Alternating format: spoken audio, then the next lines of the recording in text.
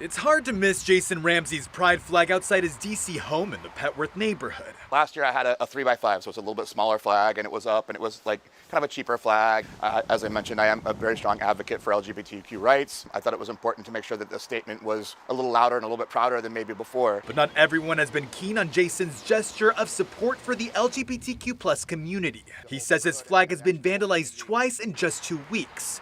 The first incident on June 11th, the Sunday of Capitol Pride.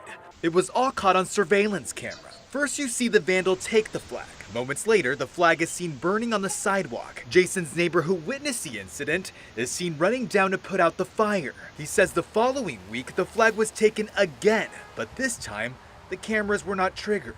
This is about an attack on ideology, an attack on people that I love and care about, that I've been advocates and allies for decades of my life. So it felt personal, targeted. Dozens of similar incidents have been reported across the country during Pride Month. The flags at the Stonewall Monument National Park in New York City have been vandalized 3 times in June. Sure, Jason might be out some money to replace the flags, and no one likes their property to be vandalized, but he says what's most upsetting is that there's been an attack on a community that's already hurting.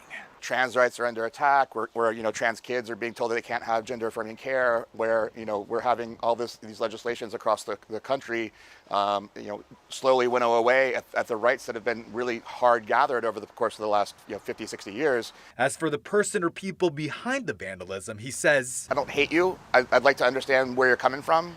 What motivated that? I just want to know. In Northwest DC, Rafael Sanchez Cruz, WUSA 9.